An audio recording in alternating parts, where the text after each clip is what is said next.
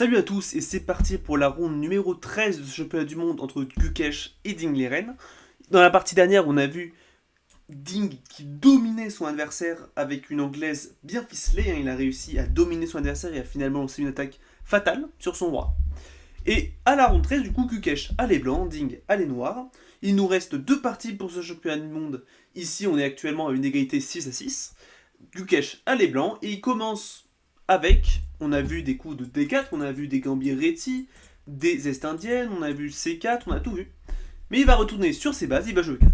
Donc 4, très simple, prend le centre, contrôle les cases centrales, c'est l'idée de base. Et dans cette position, Ding a déjà joué deux parties contre Gukesh, et sur ces deux parties, il a joué la française, et comme on dit jamais 203, E6. Ici, il faut savoir que Ding avait eu un bon score actuellement sur cette variante. On a, dans ce championnat du monde, il a gagné une partie, donc la ronde 1, il l'a gagné avec les noirs. Et la ronde 5, je crois que c'était avec une française d'échange, ils ont fait nul. Donc, c'est logique que Ding soit confiant avec sa française, il a gagné un match sans en perdre une autre, et du coup, ça part sur une française. D4 joué par Gukesh, D5, donc on est à la position typique de la française. On a vu KVC3 et on a vu prise. Cette fois-ci, Gukesh joue KVC3, donc il retourne sur ce qu'il avait joué à la ronde 1, donc il vient taper un peu le pion 1T5, c'est la ligne principale de la française. Ici, il y a plusieurs choix. D prend E4, cavalier prend E4 est considéré comme solide, mais c'est jouable. Le problème, c'est que les blancs ont beaucoup plus de chances de jeu pour la victoire que les noirs. Ici, il y a beaucoup de nuls, mais les blancs gagnent plus que les noirs. Donc c'est pour ça, c'est pas vraiment utilisé à haut niveau. Fou B4 est le coup vraiment logique et populaire chez les maîtres internationaux, parce que du coup, ça vient attaquer, ça vient créer un déséquilibre dans la position et mener à des positions qui sont extrêmement complexes, des batailles théoriques qui durent des dizaines de coups.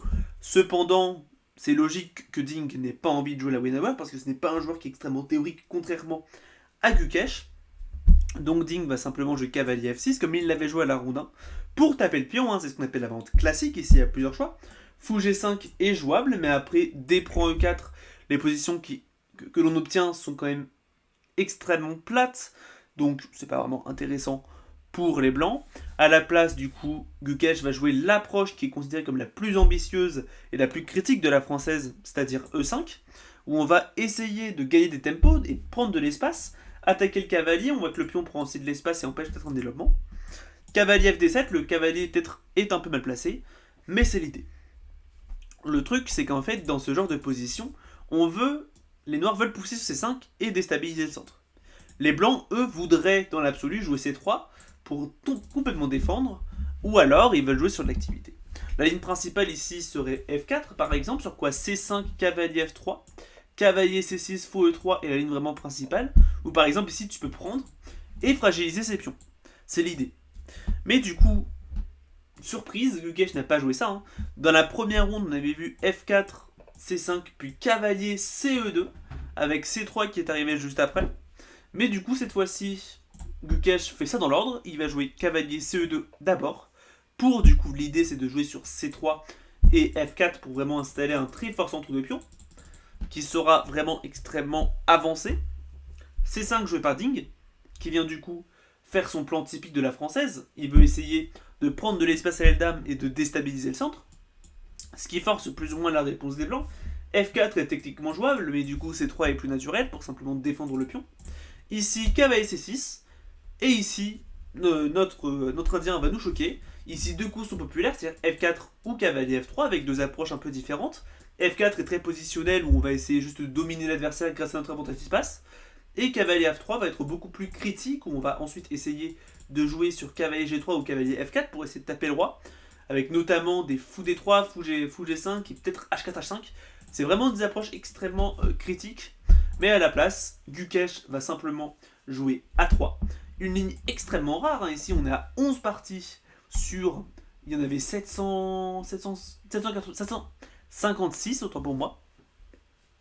L'idée est simple, on va jouer sur B4 pour essayer de compenser les faiblesses sur case noire offertes après peut-être le développement de ce fou. On verra ça juste après. Mais du coup, le problème c'est qu'on joue pas ça dans cette variante en réalité.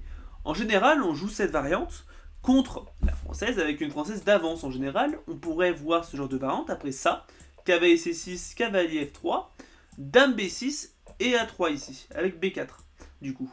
Pour préparer, pour compenser la faiblesse de ce pion, hein, c'est la grande ligne principale de la française. Mais du coup, on fait pas ça dans ces variantes-là avec cavalier C3 en général.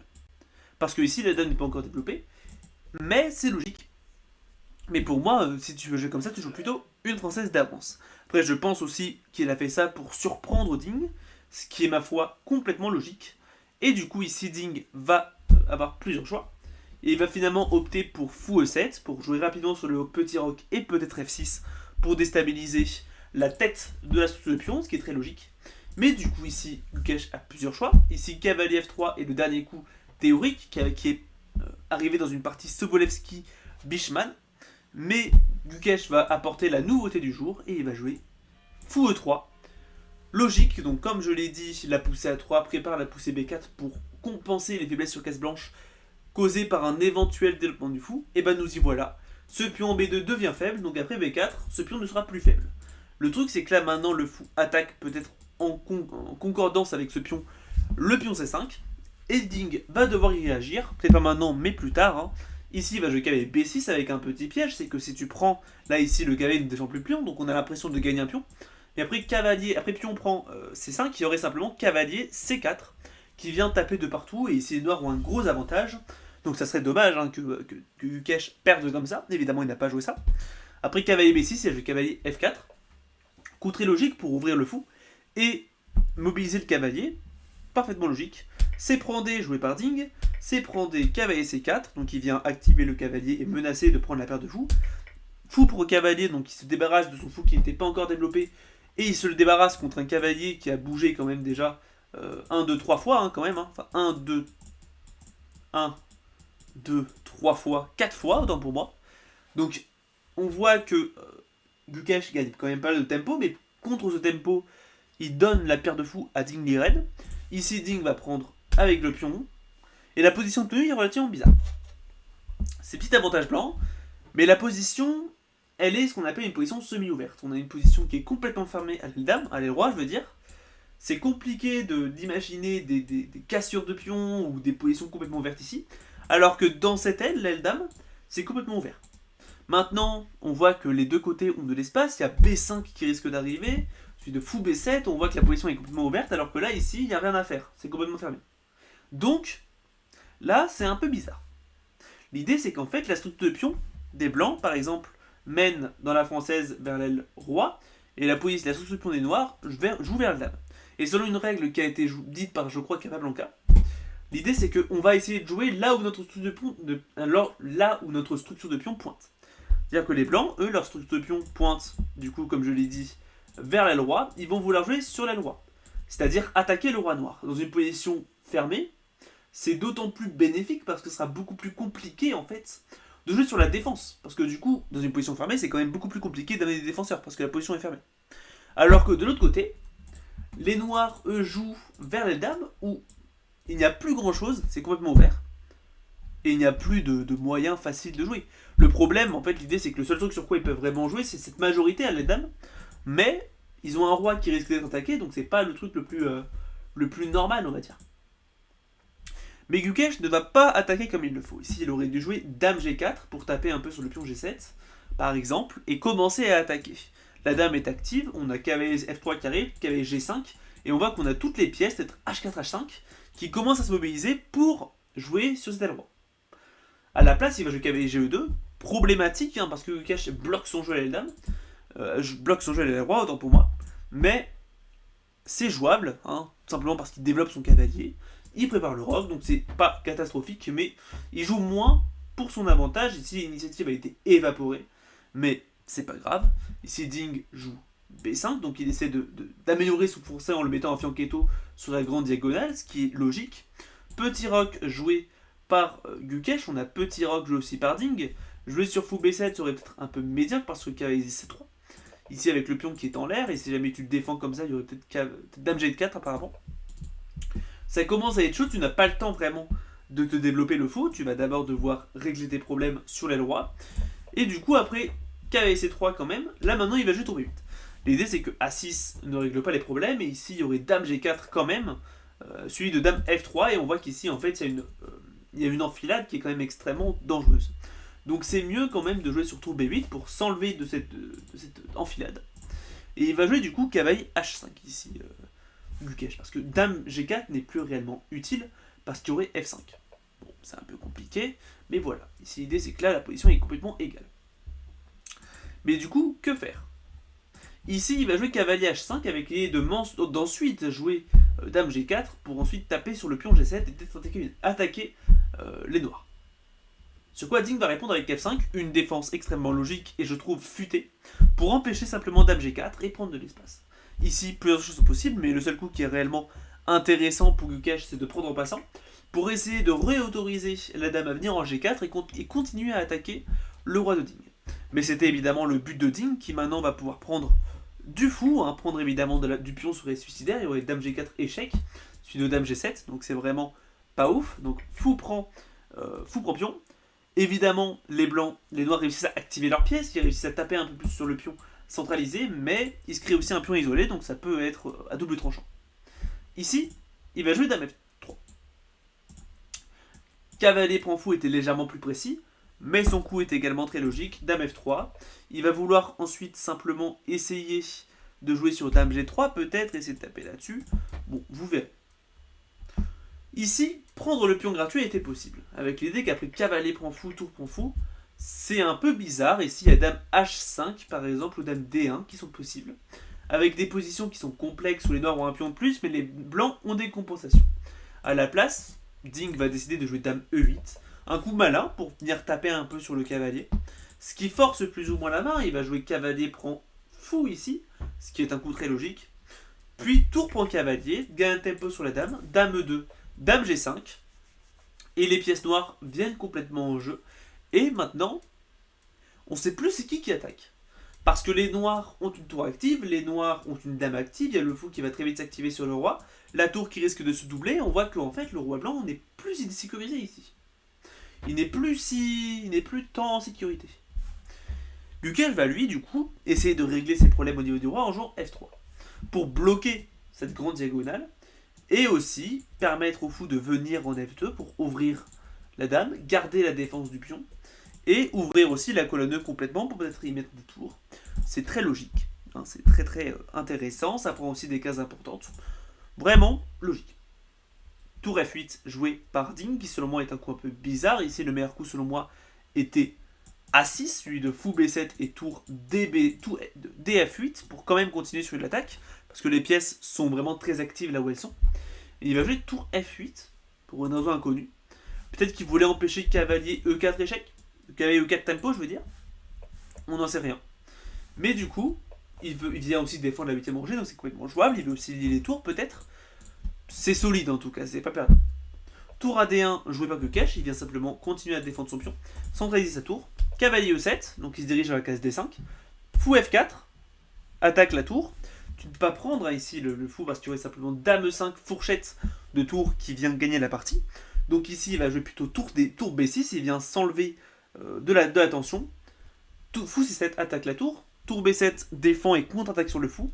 Fou D6, il va essayer d'échanger les pièces. Tour E8 vient défendre le cavalier. Ici, Gukesh avait l'intéressant tour Fe1, mais il va plutôt décider de venir simplement échanger le fou contre le cavalier. Tour E prend cavalier, donc il garde les tours liés et défend les deux pions, hein, c'est extrêmement logique. Dame E5, donc il vient taper un peu plus sur le pion, hein, maintenant le cavalier et la dame défendre. Ça empêche aussi peut-être la poussée E5. Ça force les reines à jouer ici A6 pour défendre le pion. D5 joué par Gukesh qui vient rompre le centre et se débarrasser des deux pions isolés. E prend D, dame prend pion, hein, ici pour l'instant les pièces liquides. Ça va probablement finir sur une nulle, mais bizarrement les deux côtés ont un peu attaqué les autres. Gukesh attaqué Ding à l'ouverture et Ding attaqué Gukesh au milieu de jeu. Mais là les deux attaques semblent s'être évaporées. Dame E6 joué par Ding, il essaie d'échanger les dames, évidemment ce n'est pas vraiment bénéficiaire pour Gukesh qui ici après prise, ici tu ne peux pas prendre de la tour parce qu'il y aurait simplement Dame D8, tour D8 qui ferait vraiment très mal, hein, ça peut être un fou. Donc ici il y aurait simplement fou prend Fou prend dame, et après ici tour, c'est compliqué, on va dire, il y aurait simplement fou F5, et ici bizarrement, on n'a pas l'impression que les noirs ont beaucoup de problèmes. A la place, Gukesh va juger que sa dame est plus active que la dame noire, donc il va plutôt les garder avec dame C5, menace tour D8 fourchette, qui ne gagnerait pas de pièces, mais qui serait quand même vachement dangereux. Ici, tour E8 est le meilleur coup, c'est le seul en réalité, pour empêcher tour D8, et s'enlever de la tension ici qu'il y avait avec la dame et la tour. Donc du coup ici, tour D1, il vient taper la dame. Tour FE1 était probablement un poil plus précis pour amener l'autre tour, mais tour D1 est probablement logique aussi, hein. Il va peut-être jouer sur F4, F5, mobiliser la tour d'une autre manière. Et là, Ding va faire une erreur. Dame F4. On ne sait pas vraiment pourquoi c'est une erreur, à première vue. Mais en fait, l'idée c'est que Gukesh avait tour prend tour, dame prend tour, et cavalier E4, et bizarrement, ça commence vraiment à être compliqué. Par exemple, ici on menace une fourchette, et il n'a pas tour C7 comme il l'a sur la variante que l'on verra. Mais du coup, dame D7, cavalier D6, tour B8, dame D5. Les blancs sont quand même vachement actifs, et ça commence vraiment à être compliqué. Il y aura tour D1 qui arrive, peut-être tour E8. C'est compliqué. C'est vraiment très compliqué. Les blancs sont très bien, ils ont un léger avantage, un avantage modéré. La position est très complexe, mais on va dire, du coup, Gukesh avait en fait la possibilité d'avoir un avantage positionnel. À la place, il va jouer directement cavalier E4, donc il ne va pas liquider les pièces, il va garder la défense de la dame de la case C7 pour autoriser tour C7. Et ça va être important plus tard. Ici, ce qui est important, c'est de comprendre la menace. Cavalier D6. Si jamais tu joues tour C7 directement, il y aurait cavalier F6, échec brillant, avec l'idée qu'après prise, là maintenant il y a tour prend 8, et là ça commence à être chaud parce que du coup ta dame va être déviée. Donc tu ne peux pas jouer tour C tout de suite. A la place, tu vas devoir jouer d'abord tour F8 pour enlever la tension entre les tours, et maintenant préparer tour C7. Donc c'est le seul coup. Cavalier D6 joué par Gukesh qui maintenant essaie de faire une fourchette, mais du coup on l'a vu, on a compris l'idée, c'est tour C7, maintenant la dame est sur la bonne case pour défendre. Maintenant si tu prends la dame, je prends la tienne, avec une position qui est relativement égale, donc il va plutôt jouer dame E5 pour prendre le contrôle de la colonne ouverte, garder l'attaque sur la dame. Mais après dame F6, proposition de dame, ça commence à être compliqué. Dame D5 joué par Gukesh qui essaye de continuer à jouer pour quelque chose. Roi H8, mais là il n'y a pas grand chose en fait. La position est complètement ouverte, ce qui bénéficie au fou. Les tours sont relativement actives, la dame aussi, auquel les pièces blanches sont peut-être un peu plus actives, mais c'est pas assez. La majorité des noirs est déjà commencé à être bien sollicité, donc ça peut être dangereux. Mais du coup, Gukesh va lui continuer d'essayer de pousser avec l'activité avec tour E5. Tour E7 joué par Ding, qui essaye de continuer à jouer sur l'échange des pièces. Tour Fe1, tour prend tour. Dame prend tour serait intéressant, hein.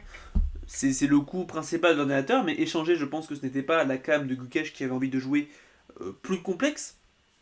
Donc il va plutôt prendre de la tour pour garder les dames, hein. La dame est en plus extrêmement active pour empêcher le roi de s'infiltrer, entre guillemets.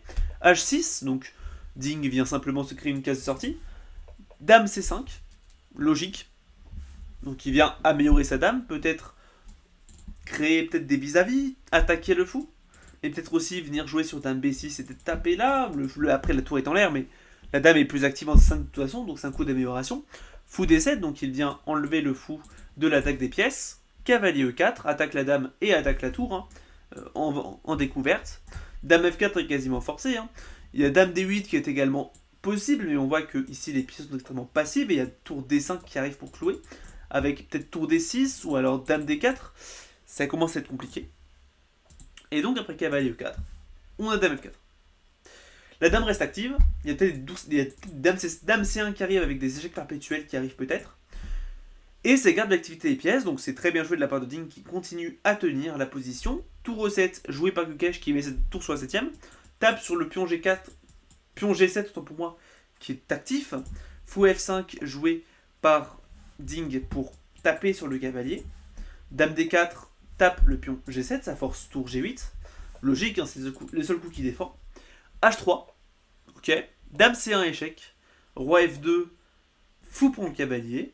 Tour prend fou, hein, donc la dame défend la case B2, hein, c'est très logique. C3. B prend C, dame prend pion. Donc là, il y a un échange massif, pas grand chose à dire, hein. Ils partent sur une finale qui est extrêmement logique et nulle. Dame G3, dame B3, roi G3, dame B3, donc il essaie de se frayer un chemin pour le pion A pour qu'il file la dame. Tour E7, A5 qui pousse son pion passé.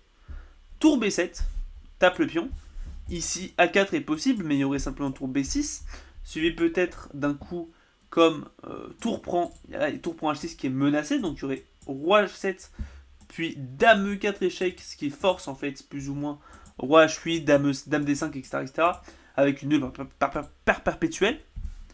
Dame C4 est joué par les noirs, donc il propose un échange. Pour moi, c'est pas réellement le plus ambitieux, mais c'est logique en soi. L'idée, c'est que moi, du coup, j'aurais préféré A4, mais évidemment, ça mène, comme on l'a vu, à des positions perpétuelles. Donc, dame C4. Ici, prendre mène à des finales nulles après tour A7, tour B8, prise, tour B3, tour 5 et tour prend. Donc, les blancs ont un pion de moins. Oubliez, le matin est égal. Et la tour contrôle bien le pion. Donc, il n'y a aucune chance que les noirs réussissent à damer. C'est une position de partie nulle. À la place, il va plutôt jouer dame E5 pour empêcher l'échange et taper un peu sur le pion. Et ici, du coup, on se rend compte qu'en fait, le pion est perdu, il ne peut pas être défendu. Donc, du coup, il va jouer dame C6 pour essayer de taper sur la dame. Dame prend pion et dame prend pion. L'idée, si jamais on prenait ici de la tour, il y aurait simplement peut-être eu E4 ou alors tour E8 qui sont possibles. Plein de coups sont possibles en réalité, mais la finale reste globalement nulle. Ici, Gukesh a décidé de redonner le pion avec dame prend dame, puis tour A7, où il va essayer de regagner en retour ce pion-là et essayer de jouer avec un pion de plus.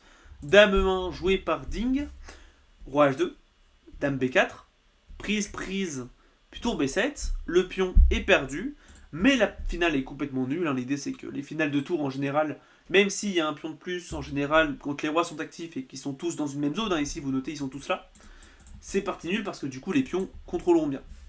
Tour A8 joué par Ding qui essaie de s'activer, prise tour A2, logique, roi G3, roi H7, tour, là, tac.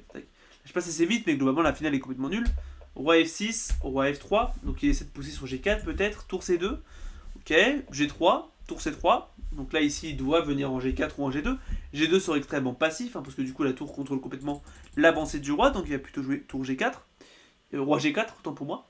Ici les noirs vont jouer tour A3, donc ils vont dépenser du tempo, Ding va dépenser du tempo, parce que les blancs ne peuvent pas progresser dans la position. H4 joué par Gukesh, qui pour moi est un coup un peu bizarre. G4, roi H4 aurait probablement été plus logique, avec G4 qui arrive, mais l'issue reste la même, la finale est complètement nulle, particulièrement parce que le roi ne peut jamais se développer, parce que du coup à chaque fois qu'il bouge, le pion H3 est en l'air, donc du coup à la place, Gukesh va jouer H4, mais maintenant le problème c'est que la poussée G4 est beaucoup plus compliquée, notamment parce que du coup H5 viendrait figer la structure. Tour C3 joué par Gukesh, joué par Ding, qui vient de simplement continuer de dépenser du tempo pour rien. Tour B6, roi F7 et F5. Ici H5 ne mène pas à grand chose, il y a tour A3 tout simplement. Roi H4, tour H5, G4, tour A4. Les blancs ne peuvent toujours pas progresser, les pièces sont en l'air. Ici il y aurait F5, mais là on voit que la poussée G5 est complètement impossible.